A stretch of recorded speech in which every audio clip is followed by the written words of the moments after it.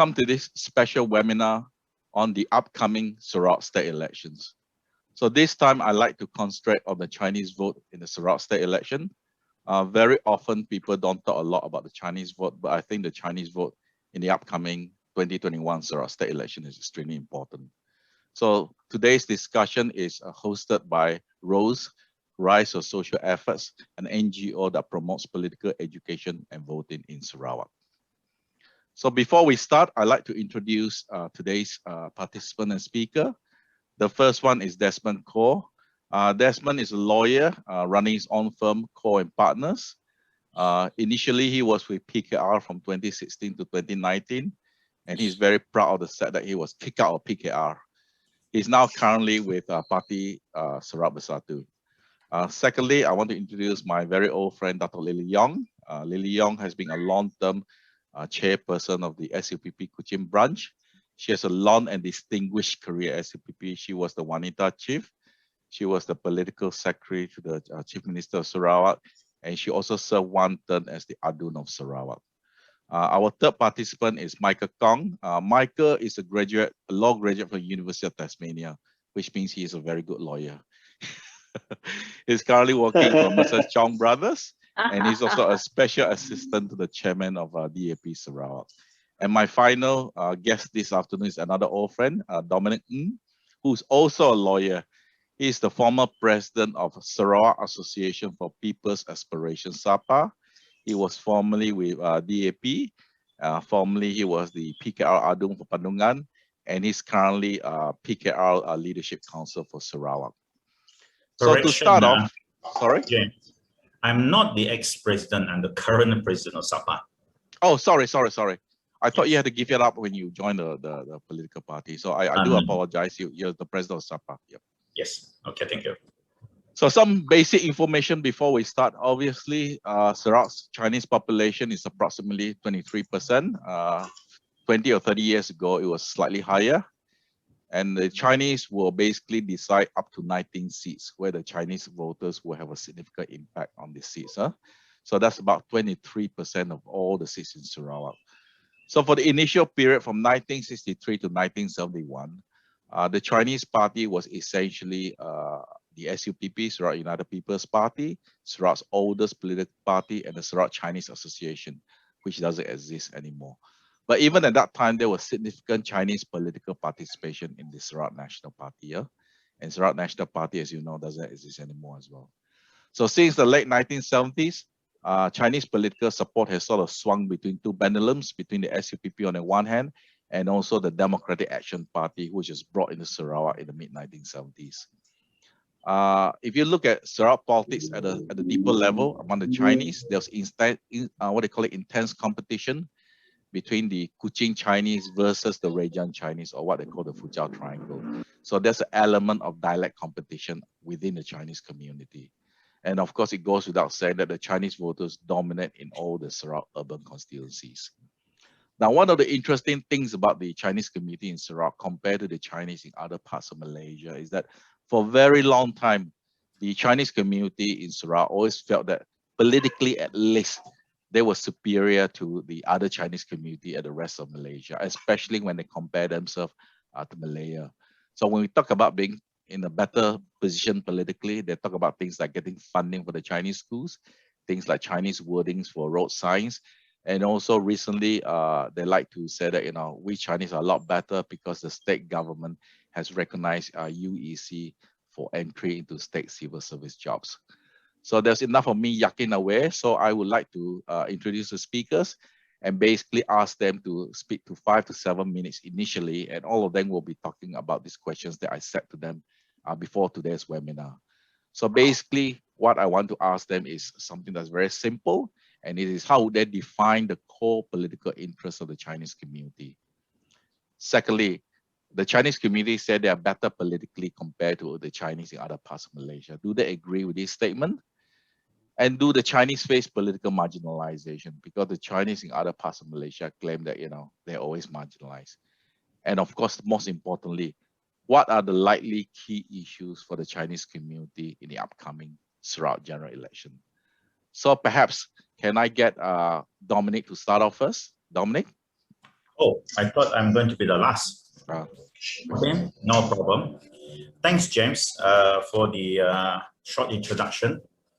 The first question is, you were saying defining the core political interests of the Chinese community in Sarawak.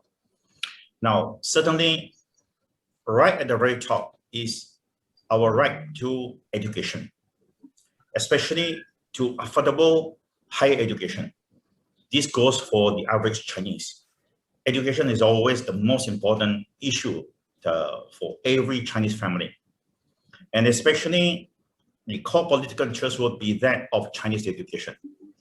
Certainly, the Sarawak government has been taking fairly good care of, in terms of support to Chinese education and so on, but these will be the key issues. Now, and also, of course, access to the economic pie. The Chinese actually don't need government handouts in that sense of the word. We don't depend on government handouts, but we do want the chance to survive, to earn our living, and at the end of the day, through our sweat and tears, to get rich.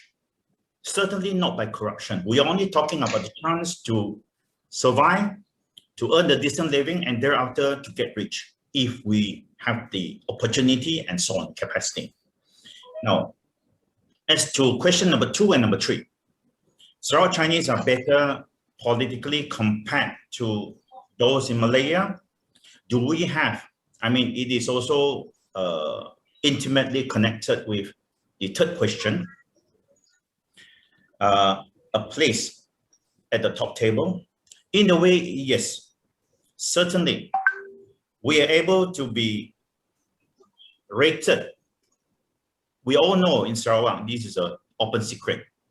There is a big 6 companies that literally has its hand in every pie in Sarawak, in the land, economy, and whatever. And all these big 6 belong to Chinese, and they are managed by Chinese, and they are run by Chinese. Of course, we know who are the people behind the scene. So access to the so-called top of the table in Sarawak, definitely so. But, however, the average Sarawakians, we always face marginalization wherever we go in Sarawak. And whether it is jobs in the government sector, whether it is education, public education, whether it is prospects, all around, we always face that marginalization. But the Chinese have never given up. We always fight for what belongs to us, and we will continue to do so. And this is exactly what every political party in Sarawak that aspire to represent Chinese will always have to be careful about and to take note. Now, as to the key issues, of course, with every election, bread and butter issues are very important. The chance to do our business, to do our trade, to become a hawker, to sell our daily wares and so on, those are key issues right now. But one very important issue at this election, in my opinion, it is the integrity of candidates. The Pakatan government, federal government, has fallen as a result of frogs jumping everywhere. Which way? Okay, certainly, especially in the Chinese community, we don't want frogs. We want to goreng all of them, because frogs are people who have no integrity and they have no role in our polity. Sorry, can you finish off? One more minute. We don't want corruption in the government. Certainly, this is one of the biggest issues. And that is exactly what has been happening right now. We have corruption, whether it is this government or the next government, and so far. And that is something we must get rid of. And at the end of the day, I think in the urban areas, the people of Sarawak want candidates who have integrity, people who are dedicated to serving the people and not talk one thing and do another thing. And certainly they want candidates, they want YBs who are going to serve the people and not just talk one thing and do something else. Thank you very much. Okay. So Desmond, do you want to come in next? All right, James. Very good afternoon to everybody. First of all, I think it's only proper that we thank Prof. James Chin for organizing this and giving us a common platform to make our ideas known. Okay, to answer, let me just get straight to the point, James. Firstly, when you send me those set of questions that we're on display now, I must admit to you that I was quite disappointed in the sense that I believe that the question is fundamentally flawed in the sense that we are all human beings. We are all Malaysians. In fact, I've made trips overseas many times. They never identify me as Chinese, you know. I'm always a Malaysian. Yeah, but it's only in Malaysia that I'm a Chinese. To me, being a Chinese, we share core political beliefs, we share common interests with our fellow Malaysians, the right to health care, the right to a good education, the right to a good economy, you know, the right not to be discriminated against. All these are universal, to me are universal. James, that's why I was thinking that maybe moving forward for the next generation, this type of loaded questions would be a thing of the past. Be that as it may, it is what it is, James. It is what it is. We have had 50 odd years of racial politics, or politics divided on racial lines. And as a community, we are pitted against each other, right? So we have no choice, but we go into a corner and we identify our community interests. And having said that, we have universal needs and interests. But having said that, the Chinese, if you want it, the Chinese politics is centered around economy, culture, education. You know, this would revolve around the right to the mother tongue education, the right to have clansmen. That would be their political interest, so to speak. I mean, if you're looking at it from a bird's eye view, at the political structure that is ongoing in Sarawakian society today. Yeah. Now, as to whether Sarawakians are better off than West Malaysians in that respect, I would say the general consensus is yes, you know, because one thing, we are quite free from the racial undertones, because being a demographic of 24%, we still command enough attention not to be politically insignificant, so to speak. Yeah, we still hold some leverage in terms of seats. Number one. Number two, the circular nature of our constitution. All these news about religious discrimination in the West makes Sarawakian thankful that we are still very much a secular society. We are allowed freedom of worship. There's not so much religious tension. That makes us feel that we are better in that sense, I suppose. And then the other thing, which is not very much on people's mind. In West Malaysian society, if you study history of the Malaya Union and how the federation came about and all that, there was this thing called the social contract, where the Chinese more or less had to give up some rights in exchange for citizenship. Now, that has never occurred, and it is not on the mind of Sarawakians. In fact, what was attractive about the late Adinan's policies was, he said that, you know, you are Chinese, you are my neighbor, you are right to be here, no question about it. I think he very much addressed the core of the issue there and then. And that's what made him very popular when he was still around. Yeah. Now, as to whether or not politically we are marginalized, or whether we have a seat at the top table, I think it's quite obvious. It's a fact that the Chinese has participated in the political scene in Sarawak at the very top level since independence. You know, SUPP has been around. We have had successive deputy chief ministers.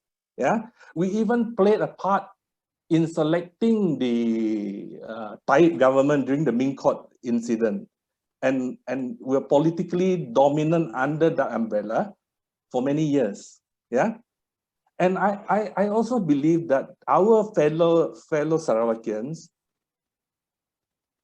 reach out.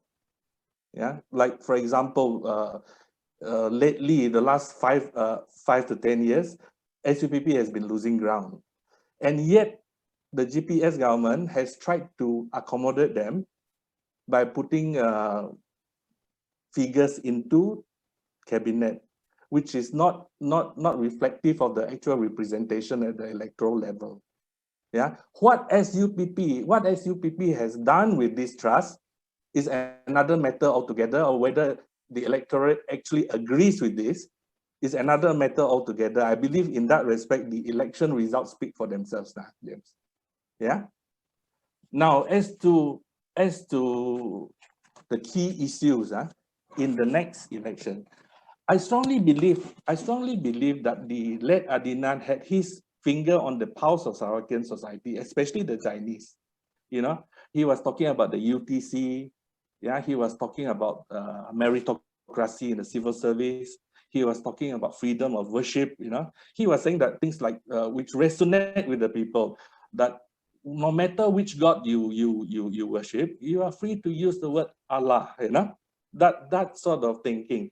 So whether or not the current administration has picked up on this or intend to follow it, they would be advised that they would do very well to know that this was what made Adnan very acceptable during those years. Yeah, and then of course you have the bread and butter issues, the right to education, the right to economy, the right to be considered for civil service jobs. Yeah, that's all from me, James. Okay, thank you very much, Desmond. Michael, you're next. Hi, thank you for having me today, James. So, based on your questions, for me, for decades, the minorities in this country, like Indians, Dayaks, Chinese, have been selfless and generous in their willingness to share their ups and downs with their friends of diverse backgrounds, all because of their love for this country and with the common intention towards nation building. So as years passes, this situation does not improve. Instead, it worsens due to the racial politics put in place by parties like PAS and UPNO. And slowly these people get disillusioned at having to sacrifice so much, yet still getting chastised and not being appreciated for their sacrifices to this country. So at the end of the day, this is their home country, and they only want that sense of belonging. These are the people who may have visited countries around the world, including their ancestral homes like India or China, but they never feel at home except on Malaysian soil. So another two traits that are important among Malaysians for me, especially the Chinese, are their sense of unity and loyalty, especially towards their culture and tradition. This sense of unity amongst the Chinese can be seen even by the fact that various associations are formed, be it dialect-based associations or clan-based associations. This is one of the reasons that Chinese medium schools were started in Malaysia. It was originally started by migrants originating from China with a goal to provide education for their children. Over time, Chinese medium schools have become a source of unity by uniting the Chinese community towards a common goal, which is better education for the next generation. So with Chinese medium schools, the Chinese merely want recognition of their culture and symbol of Chinese education. If we are to look at our fellow Malaysians from Peninsular Malaysia, we would see a group of people who are very much well versed with politics. They are well experienced because they experience the constant change in governments, be it the state or federal level. So with that, a lot of information gets passed along around the community. So I would say that the people in Peninsular Malaysia, particularly those in the urban areas, are very well apprised with the latest developments of politics. This political maturity is obvious that the people are able to critically analyze the past and present performance, as well as ideology of the various parties. In Sarawak, I believe that most of the people are more informed and geared towards local issues. Generally, Sarawakians are quite reserved and still look at things within their own backyard.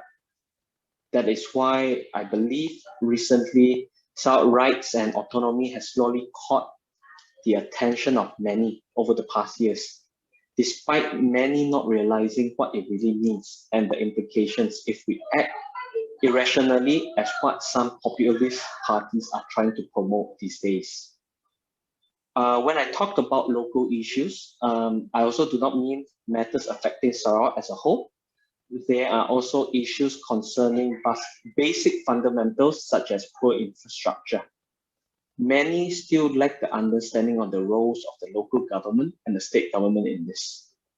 I cannot blame them for this because even some of our local politicians are oblivious to this and instead constantly blame the opposition for not being able to bring development and improvement to the public infrastructure. With most matters, especially land under the total jurisdiction of the state government, no improvement can be carried out without the state's approval.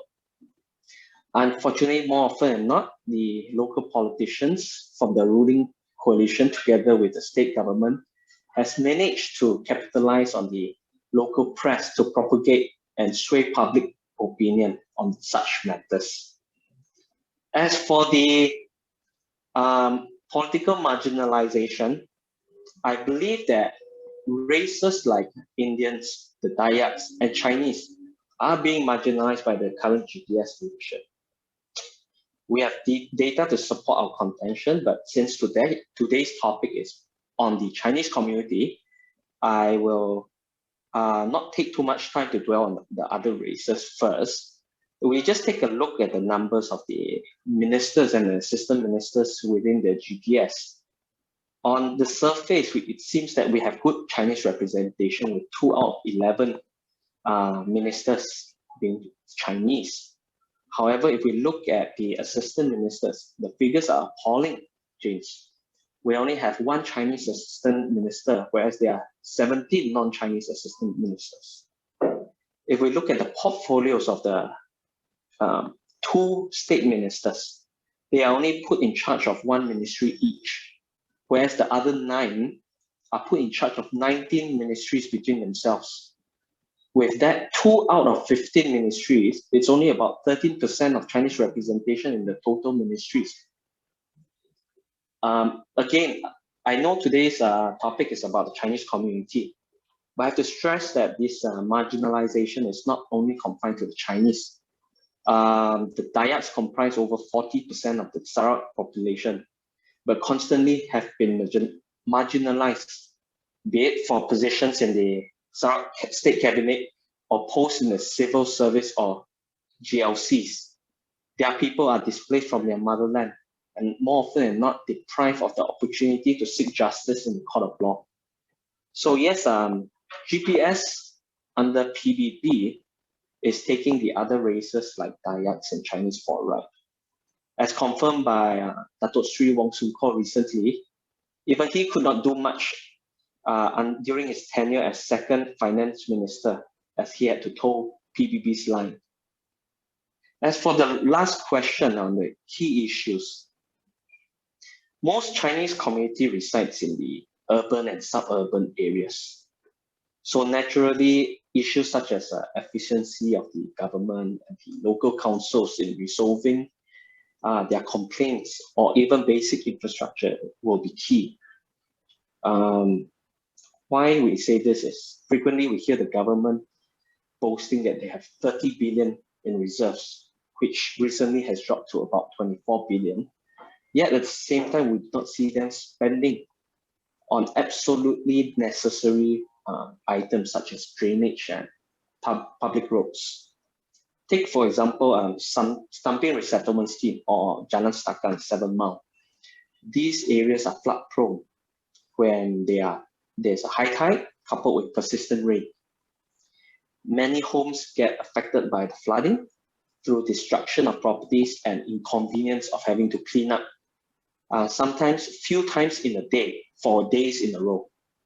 But these issues can easily be resolved by local government by just building proper basic infrastructures like drainage.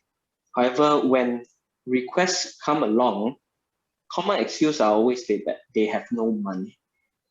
Yet at the same time, the government has money to spend on big ticket items such as a 60 million allocation to build a brand new complex for a local council when they don't even need it.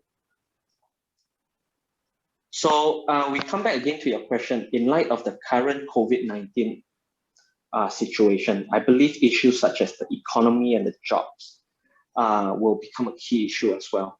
The people are suffering. Michael. Yeah, thank you. Oh, your time is up. Lily? Yeah, James, thank you very much. To see you here. Hello to everybody. Now, we are talking your question number one. Whether we like it or not, I feel that the Chinese has to admit in Malaysia, whether you like it or not, after decades of involvement, the Chinese in politics, and you can see the Chinese political leaders are still have very little say in the power sharing. This is very unfortunate, whether it is in the government or where. You see, the Malaysian politics, we have to admit that it's still based on the interest of the Malay. The interest of the Malay will come first. And this is unfortunate. Like just now, Desmond, he have just mentioned the Dominique had mentioned about the education and you also the civil service. Like the civil services, they have been talking for the past decades, but you can see it's getting the door entering into the civil services has become more narrow. It becomes more difficult, and you can see the promotion, the top level leaders are getting less. This is what the Chinese actually we are facing. And on the education, some times ago, I saw some of the leaders and they could certainly announce certain amount, which is not small figure, to the education, the schools. I think people are very happy about it. To me, I feel it's dangerous. Unless you put it can be really in black and white that the Chinese education are giving such and such thing, they are guaranteed for their privileges or the equal distribution. Otherwise, we are very much up till now still depending on the mood of a certain leader. If they are happy, well, I give you more. If you're not happy, you may miss it one or twice in a year. So I think, but the Chinese have very little choices, and you can see the Chinese political interest has become weaker and brittle each day. Like Desmond had mentioned, during the 1987, the Ming court cases, yeah, that time why the Chinese political party like SUPP has some say, they have better influence. Why? Because they are well represented by the people on the ground. But today you look at it, it is very sad to see the situation. This is a fact, and the Chinese leaders find it quite difficult to defend for the interests of the people. And of course, if we talk about compare the Chinese in Sarawak to Malaya. Of course, when you started to compare with Malaya, it is in a way, yes, we are better off. The Chinese, the coalition partnership in Sarawak, I would say they are politically more mature, more sensitive, and friendly to each other. So it makes easier for the partnership, the Chinese political based partnership easier. But then we will see that Chinese still can do very little, can't do much for defending for the Chinese. Many of the Chinese issues have been for decades, and it still remains unsolved until today, you see. So on the question of Chinese political marginalized, this is interesting question. I would say, don't say given the place, a proper distribution instead of saying given. Because when we come, the Chinese must know that, all political parties must know that, aware that when they come to the round table for power sharing, well, it comes to your strength, your ability and your strength. If we are based on charity, on sympathetic approach, and it becomes very difficult to me, then we cannot blame why the Chinese political party can't have a bigger say in the government. I think this is, we are seeing more and more crafted, I would say, crafted leaders, you know, that they are more or less like a window dressing in the government. Because why? They are sent to a place not really representing the Chinese majority. In another word, you don't have a good say for the Chinese. And I think this one, we cannot blame anybody. Should one day, if the Chinese political party feel that they are marginalized, I think we cannot blame anybody, because it has been for decades. We have to admit that Chinese in Malaysia is going uphill. It becomes more difficult. If we are very positive, looking at the future of the Chinese, I would say, I don't think so.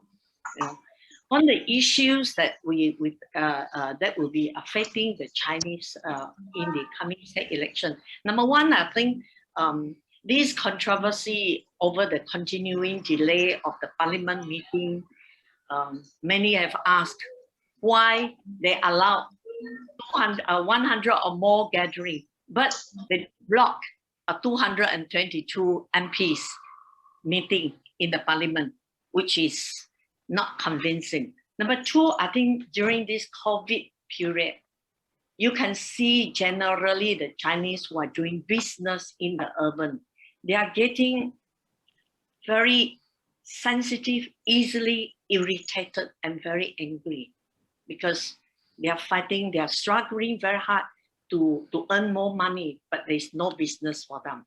So during this time, you can see the very frequent justification on the standing operating procedure, the SOP, by the government. Is messy, it's double standard, and the enforcement and the implementation part has made people unhappy and annoyed them. This, if the coming election is around and the COVID, we still facing the same problem, I think this could be an issue continuing affecting us. Number three, of course, relating is the information, the increase of the price hike. I think everybody find that the money don't value for what they have in the past. I think this could be an issue that affecting. The Perikatan Nasional, or we say alliances government, the endless fighting for power for themselves and they have forgotten the interests of the people. This is very bad.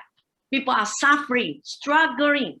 They are trying hard to make a living for their family, but they see the political people, how they spend, how they fight the inner political. Okay, Lily. I think let's leave the federal thing side out of this discussion. Let's take the Sarawak. We cannot ignore that this issue will directly affecting Sarawak, because all this is still come under the instruction by the directive from the federal. Okay. Yeah. Okay. So look. Yeah. Go ahead, Dominique. Seriously, now the GPS cannot deny that they have a very big role to play in the current federal government. If we are going to talk about the federal government, they cannot say that we have no power at all. And Lily, I'm sorry if I might call you Lily instead of calling you Datuk. You have such a huge say now. You can actually determine whether the Perikatan government fail or not in Parliament. So for you to grab about the Parliament not opening is actually talking about doing something which is within your power to do so. Right now, you cannot divest yourself of the responsibility as being part and parcel of propping up the Perikatan government right now, the backdoor government as we're talking about now. You cannot say you got nothing to do about it. I don't believe that that is a correct attitude to take. I'm sorry about that. Now, okay, coming back to Sarawak politics. I'm sorry I'm attacking you, but I'm not. No. Yes. Please go ahead. Thank you very much. Now, seriously, SUPP in the 1960s, 70s, well, 80s, you were literally controlling all the Chinese seats. Literally. I was in the DAP in the 80s. You imagine that when we were trying to get a foothold, we were totally defeated. 4 straight Sarawak elections, totally defeated. We were unable even to get a foothold. Now, SUPP was so strong in the 80s. It was only the 90s that you started having your power eroded. Ever since, and I thank you, Lily, for saying that, ever since so-called independence of Sarawak, the SUPP were in the government, except for a very short period of time when they were outside of it. And they were always the first deputy chief minister since Sin Keng Hong's time. Now, seriously, in those days, we give you all the seats, you still can do nothing. Right now, you're telling me that please give us more seats, then we can do something about the situation in Sarawak. I don't think so. Seriously. Now, because, and people like Desmond Kho, he himself just admitted it. Okay, he was in government. He was the speaker. He was the minister, full minister of finance for donkey years. He said he has to kowtow to the PBB leaders. There is no other way of talking about it. You were in government. You are still in government. Desmond Kho was in government. What happened? Can I come in here? This is really, before we go any further, this is really interesting. Sorry. Because on the one hand, right, the first few speakers actually said that the Chinese have a seat at the top table. Then the last speaker said that the Chinese are facing marginalisation, slowly getting off. And now we veered completely to the other side. Now we're saying that we're not on the top table anymore. Sometime in the 1990s, we got pushed off. So exactly the question being asked is, where are we? Are we on the top table or are we not on the top table? Or is, as somebody mentioned earlier, Peninsula Malaysia or the toxic politics is slowly moving into Sarawak, where the Ketuanan Melayu ideology is being exported to Sarawak. So where are we? Just answer the question. Sorry, James. Yeah. Sorry, James. Go ahead, Michael. Can I interrupt just a minute? Okay. Let Lily talk first. Yeah. You see, Dominique, as I mentioned earlier, yes, I think this is the price. Exactly. I'm speaking now today as myself, the views for myself.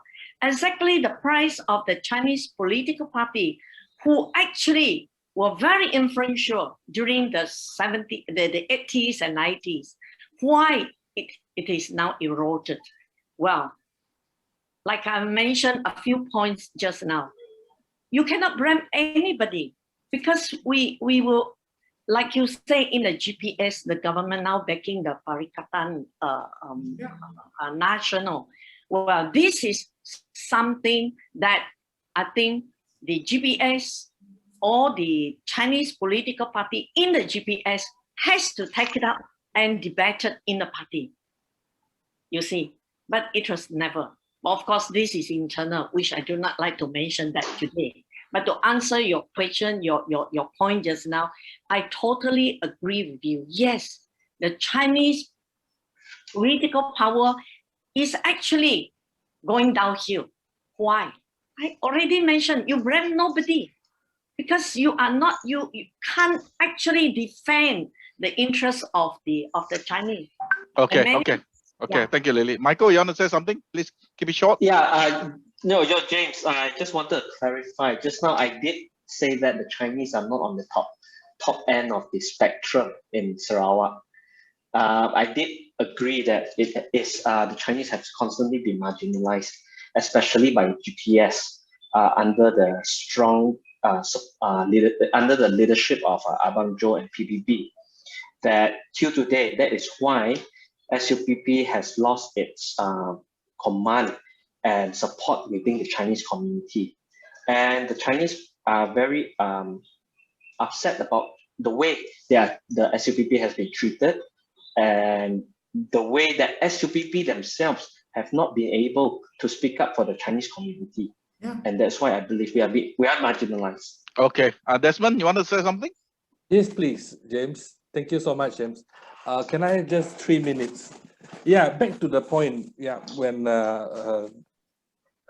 Datuk Lily, Datuk Lily brought up the issue that she admitted that in the 1980s, especially after the Ming Court, the Chinese was the Chinese political party through SUPP had swept all the seats, as pointed out by Dominique. Yeah, at that time, what was being done to consolidate the position of the Chinese? I mean, so to speak, if you want to talk about racial politics, now she says, she complains that we have to go hand in hand and depend on the mood of certain leaders, whether or not you get your allocation or not. You know, be that as it may, it is unfair to point your finger at anybody. But at that in the 80s, I remember I just left school and then I was looking for a job, James. I was looking for a job and I returned into all the government departments. And I remember vividly to this day what the president of SUPP at that time, Tan Sri George Chan, said. Yeah, he said Chinese are not interested in government jobs. I just written 7 or 8 letters to all the government departments, not a reply. They didn't even tell you that, look, there's no vacancy, just try your luck elsewhere, you know. They didn't even bother to reply. And yet we have the president of the representative Chinese party coming out to say that, look, Chinese are not interested in civil service jobs.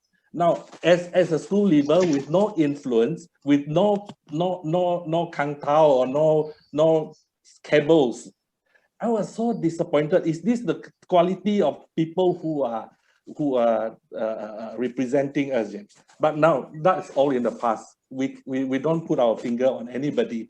But right now, as Dominique pointed out, we are active participants in the Perikatan National, whatever they call it now, Perikatan National Government. Yeah, what rights have we got? We are now missing a golden opportunity.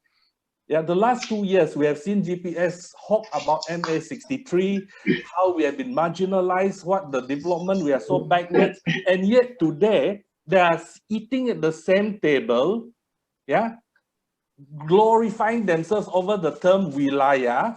And yet we're getting nothing concrete. Such is the frustration of the people, James. Such is the frustration that we cannot put our foot down. Fine.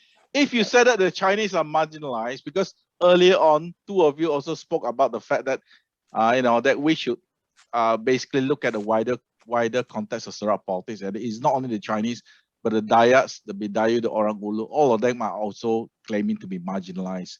So the question is, if this is the system in Sarawak, how come on the one hand, we are so good in telling the rest of Malaysia that we are a very harmonious state, everything is honky-dory in Sarawak, and yet on the other hand, once I scratch the surface with all of you, everything comes out.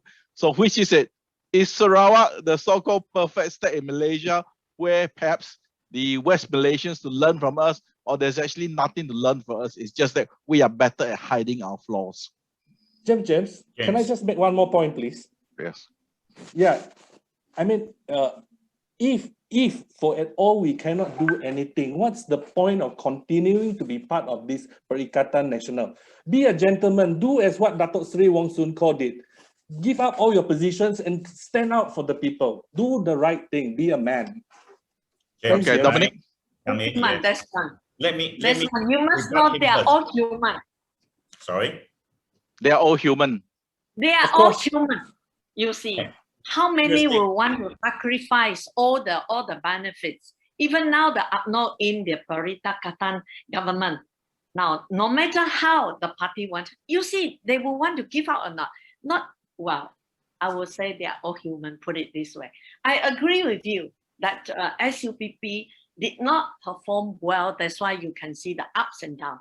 After formation of 60 years, it still have to struggle. Now it's getting even more difficult now. Okay. And up to Billy, you. I have a better answer to what our friend Desmond said just now about Soon Kho giving up all his seats and all his positions. Sorry, I beg to differ. If he doesn't give up all his seats, he will have been sacked. Okay, so it is not because he voluntarily gave up all his seats and all his powers. He doesn't want to give up anything at all. He wants to control everything. The problem, James, okay, it is correct. It is not for lack of participation in the government of Sarawak. The Sarawak leaders were in the seat, at the top seat right from the very beginning. So were the Dayak leaders. They were all there. They hold all the ministers except the most important one, which is the chief minister. The problem is because everybody, I'm talking about all the ministers, the Chinese minister, the Dayak ministers, the moment they become ministers, they seem to have lost everything about what they were fighting for, what they were there for. They were only there to do one thing, protect the interest, to say, yeah, betul, let us, the great chief. Okay, no, that's fine. I understand where you're coming from. To be fair, right, I have to say that Datuk Wong Soon Kho is not here to defend himself, so let's not try to mention names. It's not fair No, for because us he to mentioned it. Yeah, okay. He mentioned that he gave up Yeah, all you can mention people, but I think we have to say it in a fair way. But okay, no okay. So the point is this. No, Dominic, the point is this. This is a very serious point. It's not fair. It's not fair. The point is this. If you're saying that the way politics is run in Sarawak, that somehow you are a big fighter, you rouse the grassroots, you get elected to the top, then you're given a seat on the front on the main table, and after that you sort of begin to protect so-called rice bowl. Okay, if that's the case, right, then what is the use of changing a government? Because the new government that comes in will learn the same tricks.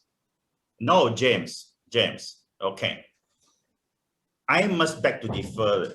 We have never changed any government in Sarawak since so-called independence in Malaysia. So it has always been one government.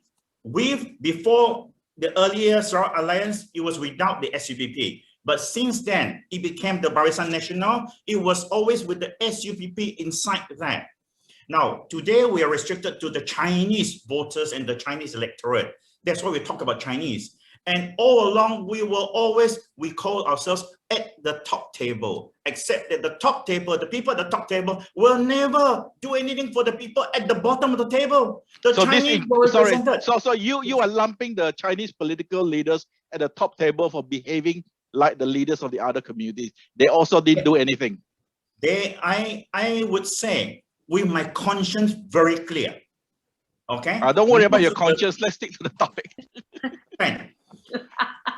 Other than perhaps people like Stephen Yong and Ong Ki Hui, the earliest leaders, I must say, and I have read your books and I have read history, some history, they have done their best for the people of Sarawak, especially that of the Chinese. Thank you for advertising my book. It's out of print, but never mind. Thank you. Okay, but since then, I'm sorry. Come whatever leaders of the SUPP, they have only been interested in protecting their rice bowl. I want to be the minister, the top minister, deputy chief minister, if I'm the president, if not a full minister. That is all they're interested in. And you see, the problem is that we never had a change of government. If we change the government, now you made your point. Look, you made your point already. The other area that I want to explore, right, is something that none of you seems to want to say, which is the issue of dialect competition. I think I mentioned earlier in my introductory remarks that whether you like it or not, there is some sort of dialect competition in the background, especially read the Chinese blogs and some of the WhatsApp groups, all this sort of thing. There is such thing as dialect competition. And there's always, how should I put it, a lot of negative feelings towards the so-called Rejang group, the Fuchao group.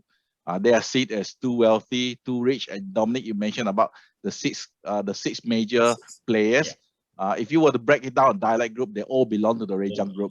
So I want to explore this issue because I think this issue that's been hidden away. And I think I'm one of those people who believe that light should be shined on everything. So can we start with you, Lily? How bad is dialect politics inside, say, a major party like SUPP?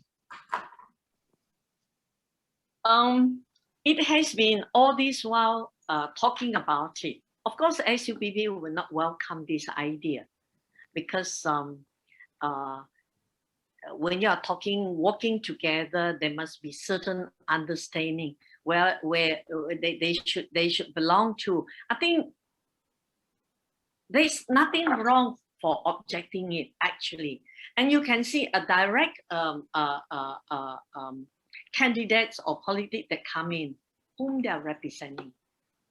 Yeah, you can say a large group, a political party, you have more people, a larger group, you have better say or compared to an individual. But then what can an individual can do? You make people feel very suspicious of the intention.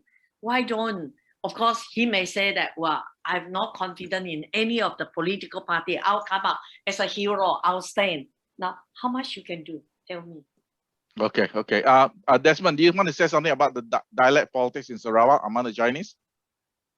From my point of view, it has never come across my mind because all this while I've been in parties who are multiracial, multinationally. I strongly believe in the Malaysian concept, James. Okay. Dominic? Yes. Certainly, the Fuchaos have come to dominate not only the economic sector, but also the political sector by virtue of their ability to gain what they call their place in the top table. Now, unfortunately, for the SUPP, those leaders... Look, I think to be fair, you were never a member of SUPP, so let's not second guess. But I'm talking about your experience in PKR and DAP. Was this an issue? Was dialect politics an issue? Certainly, we never had a dialect issue. Even when I was in the DAP, I was in the DAP for 16 years. I was in the PKR for 12 years before something happened to me. And I'm now back. Now, basically, dialect to play a very little role. But in the overall polity, yes, it does play a role in the politics in Sarawak. And certainly, nobody can ignore the fact that the Fuchaos in Sibu actually do have, not directly in that sense of the word, but indirectly play a very huge role. And right now, at the moment, they are behind the PSB. So that would be the interesting part, how far their political weight can now influence the Chinese votes in the urban areas and also in the dialect areas. Yes. Michael, you're obviously a recent entrant to DAP. So is dialect politics a feature in DAP politics? You have to unmute, please.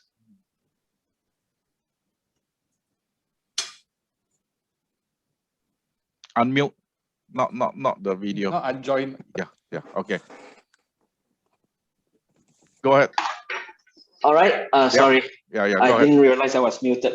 Yeah. So DAP is, as everybody knows, is a multiracial party that we have always stuck by the slogan of a Malaysian Malaysia. So DAP has never looked at race, be it Indians, Malays, Chinese, Dayaks, Kadazans. And because of that, what more to say about the segregation based on dialects? So I would say that DAP, this dialect-based politics, which you talk about, is non-existent. Really? Yeah. Yeah. I mean, I am a Fujao, but I don't see. I have to the laugh extract- because I've been interviewing people for so many years, even in Cebu, right? They they were playing the anti-Fujao thing. They were going after people from the Henghua community, all that sort of thing. So for you to come and tell me that it doesn't exist, I find it hard to believe. When you tell me you don't practice it personally, I believe. But I'm saying for you to just deny outright, I'm becoming highly suspicious. Because James, I'll put it this way: the Chinese community in Sarawak, they are very proud of their roots, their culture, traditions. So naturally, one person, when they say that they are proud of being Fujao, they speak their language, they speak their dialect, that is because they have that sense of belonging and pride towards their roots. But when we talk about politics as an overall, when we are talking about governance, about the future and building Malaysia and Sarawak, the DAP itself and the members, they look beyond the dialects, they look beyond the race. They just see what is best for the people, what is best for the community, and we all strive towards that goal, common goal. Okay. Anybody else wants? Oh, Lily, sorry, you want to say something, Lily? I think definitely this is very dangerous. If we start playing with this is like playing with fire. You really segregate everybody. I do not agree with that. I think it's bad. No, I'm not saying whether it's good or bad thing. I'm just saying that it is a factor. Actually, I heard about it, but I agree with Michael. Are they really moving towards this direction? Are there some Fujao moving towards this direction in Cebu? I'm not very sure. Lily, come on. You have been in politics probably longer than I am. For you, I don't mind Michael Kong saying that he doesn't know about the existence of dialect politics. But it doesn't work that way, Dominique. It doesn't work. You can say it, you know very well. When you surface it, who will accept this idea? It is not a matter of acceptance. We are talking about the role of dialect involvement in politics. Yes. It is so obvious. It is there. Of course, in that sense of the word, there are always that kind of identification, whether you're a Teochew, I'm a Teochew by the way, whether you're Fujao or Henghua or a Hokkien. Now, that is, of course, not a very good influence. That is your point, I think you're trying to make. But the point is that what James was trying to say is that, does it influence our politics? I say it does. Even when you try to deny that, it does. You cannot deny the fact that the Fuchaos, in the sense, I have nothing against Fuchaos, by the way, okay? The Fuchaos do actually have a huge part of the economic pie. And they, therefore, with their wealth, actually influence the way politics is actually being controlled in the whole of Sarawak. We cannot deny that. We're not saying the Fuchaos are bad. No, please don't get us wrong. It's nothing to do with, we're talking about dialectic animosity or not. We're talking, they, as a dialect, have been extremely successful in getting to the top table. That's what we're talking about. We are not anti-Fujao, by the way, in that sense of the word. But we have to acknowledge the fact that they are there.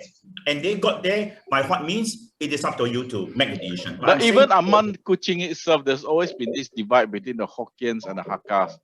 It has been. So there's always been, and the best example of this, if I may, was that when somebody lost in Miri, the next president SUPP was supposed to come from Rejang, but there was a huge intervention and that person never became the president of SUPP. But never mind. I think time is up already. Well, thank you very much for coming. I really appreciate you all take your time and be very frank with me. The reason I'm doing this is because I think it's important that we Chinese ourselves has to come out and speak openly, not only about politics in Sarawak, but about Malaysia as a whole. I think one of the problems, or one of the bad feature of Sarawak political culture is that we tend to hide everything. We only want to project a very positive image, like nothing is happening. And I think this is especially true of Chinese politics. Unlike the diets complain all the time, and they quite happily fight each other and they're open about it. And that I think is actually a very positive thing about the diet political culture. But before I finish, can I give each of you 2 minutes summing up? Dominic, you look like you really have to let it out of your chest. Go ahead. Thank you very much. Be that as it may, okay, we are all Sarawakians.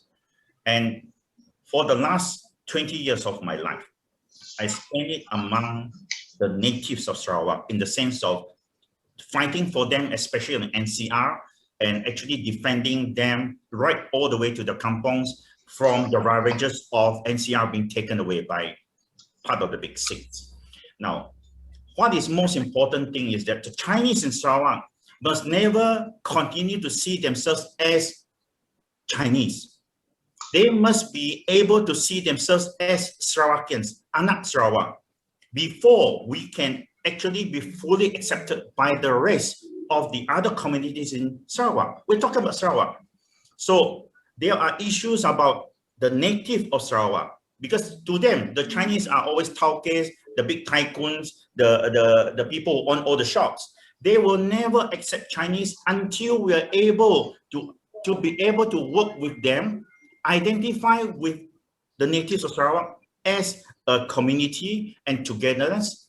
Now, seriously, I have told everybody, wherever I've gone, Sarawak is a paradise on earth. We are #1 in religious, social, racial harmony. Until now, despite all the problems we have from Malaya, the extremism that's coming down from there, here we're still very insulated. And by and large, we still identify as Sarawakians until politics get in the way, until religious extremism get in the way.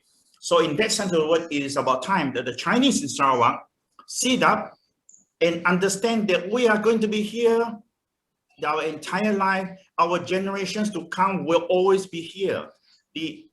This so-called, we call themselves, identifying ourselves as Chinese of Sarawak, is not going to be a good thing in the sense that until we identify ourselves as Sarawakians. Okay, thank you, Dominic. Desmond? Okay. Thank you. You have to unmute yourself. You have to unmute yourself. I think if any, what we should take away from this Zoom meeting is that, you know, when you are in a good position, you should do something about it. Likewise, we should remind our GPS friends in Sarawak that, look, now you are the kingmakers, so to speak. Do something about it before your chance for glory is gone. Thanks, James. What about the Chinese? You got nothing to say about the Chinese in Sarawak? Well, I think they're part of the GPS. They should know what is right and what is wrong. No, I'm talking about today's topic, Chinese participation in Sarawak politics. Yeah. I think that comment also applies to the Chinese on what do you call it, on the community scale. All right. Yeah? No, I know where you come from. You're saying that don't take the racial approach to Sarawak politics. Is that what you're saying? Yeah. All right. Yeah. Okay. Thank you, Desmond. Michael? Thanks, James. Yeah, James. So my takeaway is in Sarawak, we have been known to have that mutual respect for each other's religious and cultural diversity. The catchphrase Malaysian truly Asia, to me, this state, Sarawak, is the total embodiment of that state, of that phrase. The cozy relationship between GPS and extremist parties like PAS and UMNO is a big concern, especially for the Chinese. One thing that Sarawakians, especially the Indians, the Dayaks, the Chinese, they are very comfortable is the way of their life. the thought of having PAS and UMNO spreading its influence within Sarawak is a worrying one. I think the people of Sarawak are smart enough not to fall for the theoretic political stability excuse that GPS constantly rely upon. The fact that GPS, which is in essence rebranding of BN Sarawak, have always been in bed with UMNO since independence, and now with PAS is no mere coincidence. They all plotted together to topple a legally elected government to create a Malay-centric government. So now they cannot feign ignorance and wash its hands clean from this cooperation and kinship with PAS and UMNO. I believe this betrayal will be a concern because of the racial sentiments that it carries. All right. Thank you, Michael. Dr. Lily, thank you. You have the last word. Yeah, James, I'm actually more concerned now that one day with this constantly development of this projecting the very negative political leaders, you don't see we will see true political leaders coming along on the way. Like who have just mentioned, the moment you are in the government, you are sitting there, you forget, you will not fight, and eventually whether the Chinese will feel abandoned politics and left behind. Only very few true political leaders will fight to defend for the Chinese. And I'm afraid this, in the coming state election, if we are not careful, this sentiment may reflect from the voters. Thank you.